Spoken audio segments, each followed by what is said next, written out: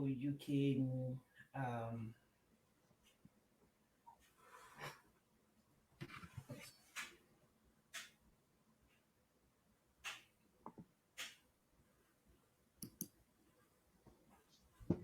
hi everyone, thank you so much for joining us.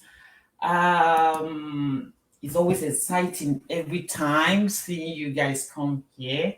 Thank you so much. Please don't forget to chat here with us. We're here. Our speaker for today is here. Louis is here. We're excited to see you. If you can just pop into the chat, tell us where you are from, where you are joining us from. That will be great. Your name will be great. We want to learn more about your non-profits. If you can put that in the chat, that will be wonderful. Thank you so very much for joining us. And we have 3 more minutes. If we can just have the chat going, it will be great to just do some shout outs to say hello to you, so I can know that you're hearing us. You're hearing me. That would be great. If you can just put in the chat your name before Louis start today, that would be great. Please just put in the chat where you're from, where you're joining us from. That would be awesome. I want to do a little shout out for the next 2 minutes before we start today's section. Thank you.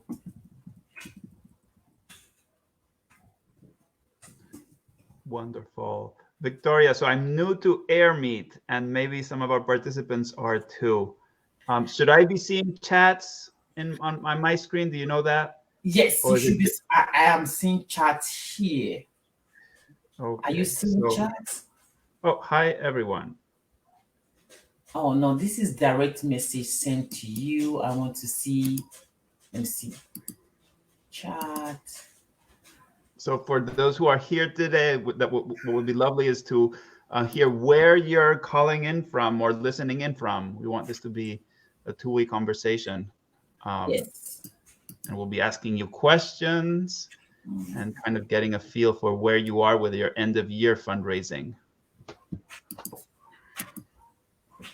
Oh, I don't know why I'm not seeing chat. I'm only seeing direct message sent to you.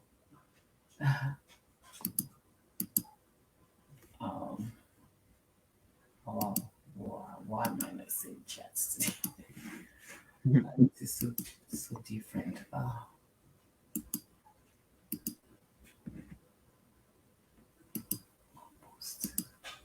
I'm trying to navigate. It seems I can only chat with you. I don't know why it's weird today.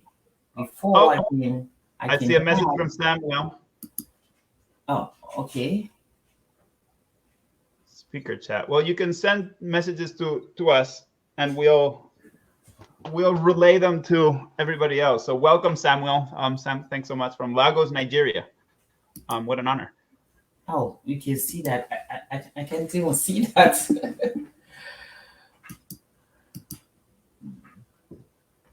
So those are the wonders of technology, everybody. You thought they were going to make life easier, and sometimes they do.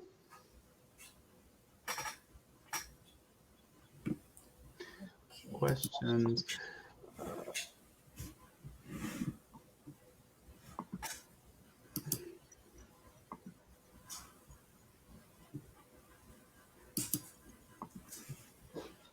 Okay. I think we can start our section right now. Lovely. So wonderful. While we figure out the chat, please, I think you can chat us directly, or you can chat the speakers. Feel free to do so and introduce yourself. I will be reading that, and hopefully I will be able to welcome each one of you as you join and participate. My name is Luis Diaz. I'm the annual fund director at a college in Eastern Pennsylvania in the US. It's a wonderful organization. It's called Muhlenberg College. So higher education institutions in the States are mostly nonprofits, and we do fundraise. And there's a very long tradition of support from the alumni, and it's something pretty wonderful. Back home in Spain, where I grew up, that was not the case. So most higher education institutions were government funded. So I've been able to experience both kind of systems, and I think it's been a privilege. So maybe where you live, it's slightly different, or nonprofits have a slightly different approach to the way we do things, and I want to acknowledge that. And I'd love to hear from you as to what you think will work for you and what will not. So truly, I'm going to speak up for a little while today about what it is that we do, how we planned our end of year fundraising, how we structure it, the types of fundraising that we do during the end of the year. But not all of this may work for you, and it will be a two-way learning period. So as I said, I'm Luis Diaz. In addition to my role with Muhlenberg College, I started a group about 13, 14 months ago called the Donor Participation Project. And I think that's how Victoria and I connected. So Victoria, thanks so very much for having me here today. And we connected. It's a community of fundraisers. And we started talking a little bit like you're talking here today about how to get more donors to give to nonprofits. And I don't know, Victoria, if folks here are totally aware of this, but in the United States, there are less and less people giving to nonprofits every year. And this is a trend that has gone on for the last 20, 30 years. So it's significant. It happens through recessions. It happens through periods of economic growth. It happens when you change the tax law and when you don't change the tax law. So I felt that was important. And this community, we have the Donor Participation Project, and I'm going to do a little advertising on my t-shirt here. We meet monthly and we get together and we chat about it. And Victoria so very kindly asked me to stop here today. I see a message in the chat. Jeanette, yeah. Lovely. Thanks so much. I am seeing, oh no, messages here. Yes, chats. Oh, yes, wonderful. So I enabled the chat. Since it was disabled, so I just enable it right now. So we can see participant chat right now on our hand. Lovely. Please say hi and tell us where you're tuning in from. So welcome, Arfemi. So, the end of year period, I would say, Victoria, can we say end of year starts now, relatively? Yes. We want you to tell us what is end of the year campaign. What is it all about? There's so many buzzwords around end of the year. So what is end of the year fundraising? What is it all about? In our organization, and in the last few where I've worked, end of year fundraising could be as much as 50% or 60% of what we raised in the entire year. So it's a very important time. I don't know if that's the case for everybody that's listening in, if November and December are big giving periods around the world. So I'd love, please chat in and let us know. That would be really interesting. It's almost like we're doing a study here, right? A comparative study. So, and we have a really rigorous plan that tries to cover every single base that we can think of. And it starts right now.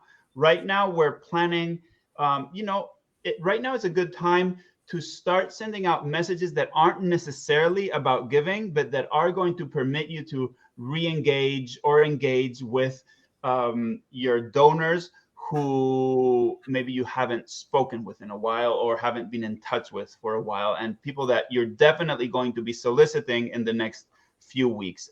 You can't do this very close. You can't say, hi, how are you doing? And the next day send a solicitation, right? Ask them for a gift. That is not the right feeling. But, now early November in the United States, it's Thanksgiving. It's kind of that period.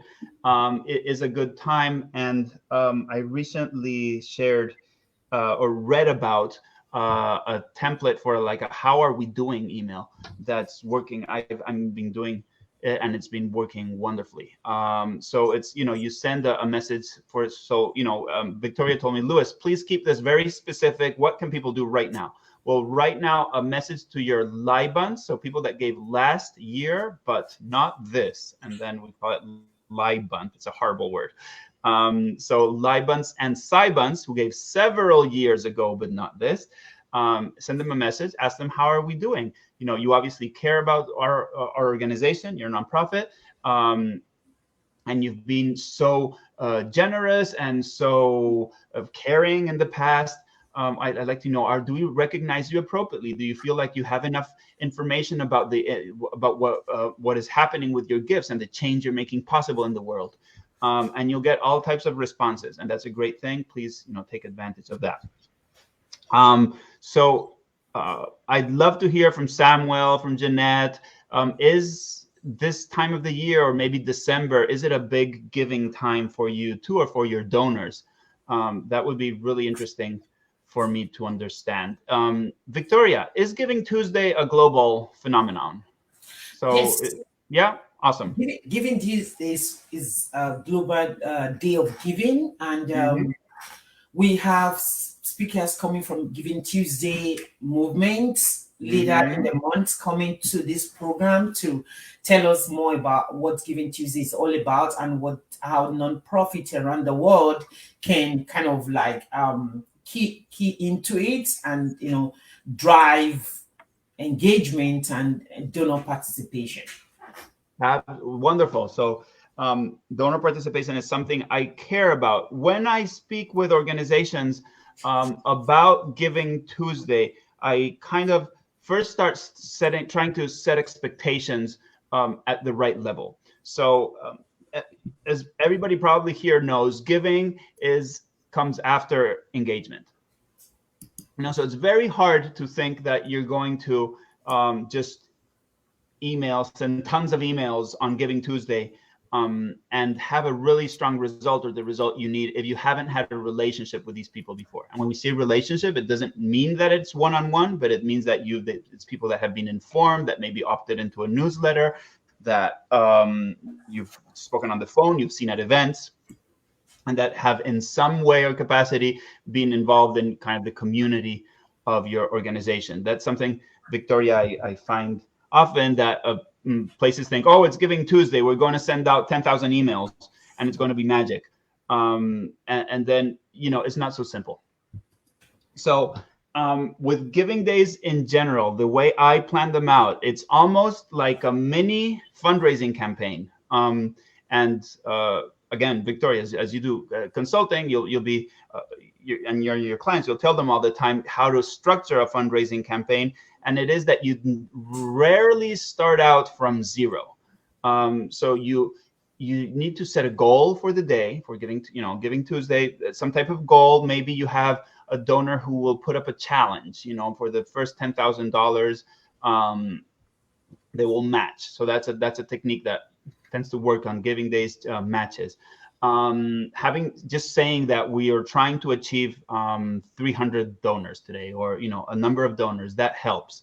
The kind of the nuance here is that you should really have at a third to half of that goal already kind of secured in advance. So you have your closest donors, your nearest donors already they're part of your inner circle. So they're ready, so that the moment that it is Giving Tuesday, people that are new to your organization say, oh my goodness, this is really happening. There's a lot of momentum here. There's nothing so dismotivating for a donor to just, go to a site or learn about something, click on it, or go there, or get a call, and how are you doing? Well, we're just starting, we're at 2 donors.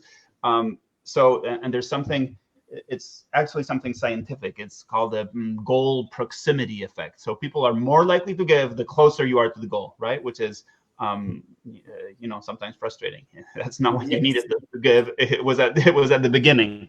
Yes, that's true. So try to see that up. Okay, so can you tell us, Luis, what is the process like? What is the process? Getting started. How do you build the momentum? Around Giving Tuesday. How do you build that? How do you get to where donor is going to find you, or how do you start the process? How is the process? And you start. Tell us What is the So I process? like to talk about, Victoria, as circles. Different, you have your inner circles, and then you have circles that are a little bit further out, and then you have your really, people that are maybe 2 or 3 steps removed. So you start with your inner circle. Those are your board members. And I know I'm aware that not every nonprofit and in not every country is like in the US, where board members are expected to be donors.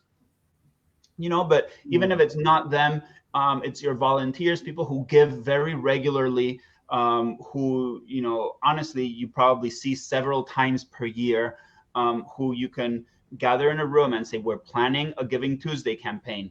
And this is what we're planning to achieve. So maybe let's make it up. We're hoping to set a goal of 100 donors. Okay, and the way this works is that we would like to ask for your commitment in advance, because this builds momentum, and you kind of explain it, right, Victoria, how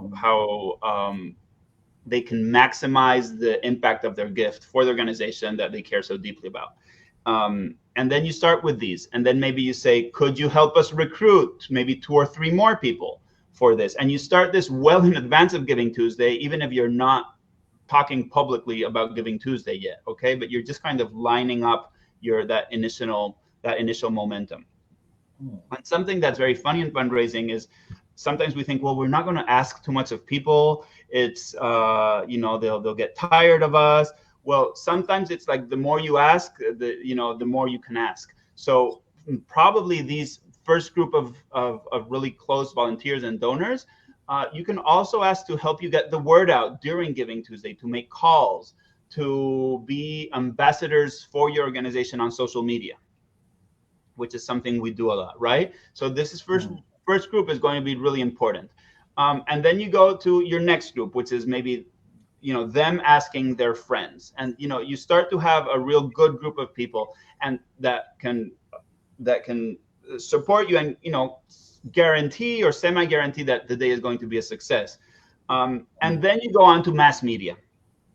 So you have your email communications, your social media, and I'm going to tell you a secret. It's much easier to do this way, because if you can ask your inner group of people for advice. Lots of times I found myself in the situation where we start planning this thing, and it's, what will people even be interested about? We do so many things. We do so much good. We're here, we're there, and you don't even know how to position it. Do we talk about, the beneficiaries? Do we talk about our work? Do we show a video? So if you have this group of people, they're almost like your focus group too.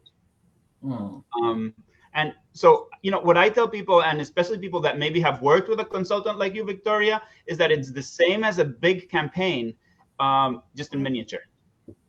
Right. I like the way you define it, that you start with a small group, that is your people in your close circle. That's really relational, because as a non-profit, you have people that are your board member, your volunteers. You have this ecosystem around you that you build up, and that really works. Kind of, I want to do this. This is what we are planning, and plan it together. So giving is community. It's not like, okay, I want to do this. So it's a community of giving. So can you tell us success stories? I know you work with a college and there's alumni, there's this huge, you have huge donor base, but how is the process? What do you know how non-profit, they are not college, they're not, they just have small donors. They just, maybe they want to do this for the first time. What do you think should be the first step? How do you think they should get started? Or even if they've started something, how do you think they can improve more on it, and just keep the momentum going? Absolutely. And I love that you said the word community before, Victoria. And when in this group of fundraisers, the Donor Participation Project, we talk a lot about how building that community is so important. And that would be my first piece of advice, is really start with your community. Honestly, sometimes we try to be so perfect and do things, present things when they are too finished to everybody, but just ask for feedback. And have a plan. So, it has to be 2 ways. Don't just show up and ask like for feedback on anything in the world. Just, say we have a plan. This is the plan. And the plan can be as simple as we have a goal of 100 donors. We're planning to send 4 emails and do some posts on social media, and kind of engage your people first. And from that, you're going to get so many good things. You're going to get better advice. You're going to get people that are that you can say, well, when we post this on social media, can I count on you to amplify that message? Send it out, forward it to your friends, or like it, comment on it. And you give them really like specific instructions, to leverage it. So a little bit of kind of that, the whole community can kind of help make that a success. That's great. So thank you so much. That's really helpful. And I want to ask, I know you work, like I said, you work with large nonprofits, college. I know it's a lot you are doing right now. So what are you doing? What are you doing on your community? How are you, motivating people? What has been the process like, during end of the year giving and giving to you? What has it been like for big nonprofit like you? So of course, end of the year is Victoria. It's kind of it's a funny time. It's almost when we like say, we throw everything away. Like, we're trying to build community, but now it's about just asking for money because we know people are going to make a gift. But we are trying to keep that feeling. We've discovered something that's a pretty clear relationship where the more engaged people are, not necessarily with us, but in groups around our nonprofit. So in our case, it's by graduation year, right? That's a clear example. So the classes, the graduation years that have that meet together, that email, that have a Facebook and are chatting throughout the year, they have, when we start the campaigns, Giving Tuesday, they are much more receptive to giving messages. So we try to support them to do that, if they want to try to get together. So I think a little bit of the lesson here is that you maybe don't own all the communities around your nonprofit. It's impossible. People kind of meet together. Your volunteers meet, and then they have dinner every night for 50 years, or there's all these different types of groups, especially as you have bigger nonprofits. How can you support them? Try to bring them in. For instance, a really kind of simple technological thing. If people use the Google kind of workspace system or for Google Groups, we set up Google Groups for each of our graduating classes, and they're in there, they're chatting, they're talking. It doesn't necessarily involve us, although it's moderated.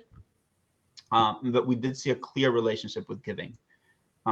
So, in the few minutes that we have, Victoria, maybe I'll just speak briefly to the rest of the communication sequence. I hope it's very practical and people can use that. So we have Giving Tuesday. You may have, it's typical in the United States. So, I don't know how helpful that is to everybody, but to have one letter that you send out in November or December, kind of a solicitation letter, a traditional appeal. And we do that. Then as you get closer to December 31st, a big motivation is people giving because they want to count their gift into their tax year. So we do send out a couple of reminders about that, that we do. And in our case, where we have gift officers that are dedicated to, solely speaking with donors, we actually build lists of people who typically give in December, but have not given this year, and they'll get a call, they'll get some type of personal outreach from somebody. So we try to cover every base and every angle. So we send the mass messages, and then we have the smaller lists for individual outreach for very specifically people that have given in November and December of previous years, but have not given this year. I hope this helps. I don't know if folks have any questions or suggestions in the comments that they'd like to share. Okay, I think there's a question here for you.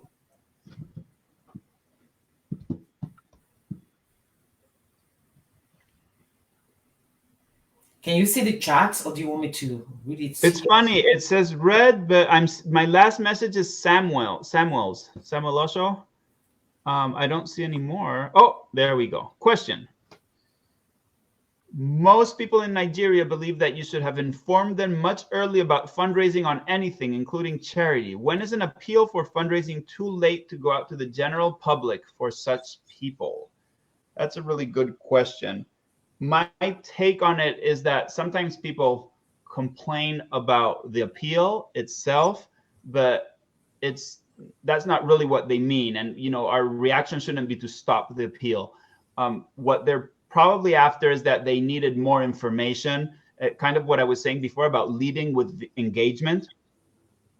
That's not solicitation. So some people say there should be at least 3 communication pieces that for every one solicitation piece. Some people even say 7 to 1. Now on social media, right? There's just so much content. It can be just content that you put out. It can be community building events. So what I find is that once you do all of that, the problem about you're asking too much, you're asking too little, you're asking too early, you're asking too late, all of that kind of goes away because they know you, they trust you, they kind of understand that you're doing the best you can. So that's my take on it. Yeah, that really helps because earlier on you've mentioned community. Now we've talked about how important it is during the year, even before the end of the year, to build a community, to not have a non-profit in isolation and think, oh, I'm there to change the world and it's going to be only me. Having board members that care, I know that's another issue because some board member might not be committed, but having volunteers, board members, just building even online community of people that passionate about your mission is really key, to help when it's end of the year or any campaign you have. Just having that community is important. Yeah. To help them leverage on Giving Tuesday end of the year, and it also build the momentum even afterwards, to reach out to help you out. So it's really key. Thank Absolutely. you so much. And do we have a little bit more time, Victoria? Yes, we still have some time. We still have okay. So 7 and I know I don't know if people on here that are joining us today felt the same, but I felt, community, what does that really even mean? How do I start to do that? It's, it sounds like such a general concept. And I came on these kind of 4 words to describe how you build communities. So a community is when people get together in ways that are participatory. So they get to have a say too. It's not just sitting down and listening to a lecture. Okay. It's purposeful. So it's when people get together around the purpose, which is typically you want that to be the mission of your organization. So there are lots of opportunities to get together for fun, to play soccer, to have a drink. But when, the communities that you're building most probably will be around, the purpose of whatever your mission is: education, clean water, health, anything like that. So participatory, purposeful, recurring. And this is we miss out on this a lot. We have one event and we think that's it. It has to happen with a certain regularity. And it also needs to be something that people start to expect. So that volunteer that comes and works with you every Monday, right? They're participatory. Maybe they get a say, they get to help you. They get to, say what they do in their work. It's purposeful. They're there to help, and maybe stuffing letters, cleaning equipment, whatever, just to help the mission. It's recurring. So it's happening on a schedule, and it's pretty frequent. And then finally, it identifies leaders, because nonprofits typically can't do everything themselves. And you need to identify those people who can say, I want to do more. And you need to ask them, can you do more? Can you help with this? We're having Giving Tuesday. Can you be a lead donor? Can you put up a challenge to inspire others to give? Or can you just help us on social media?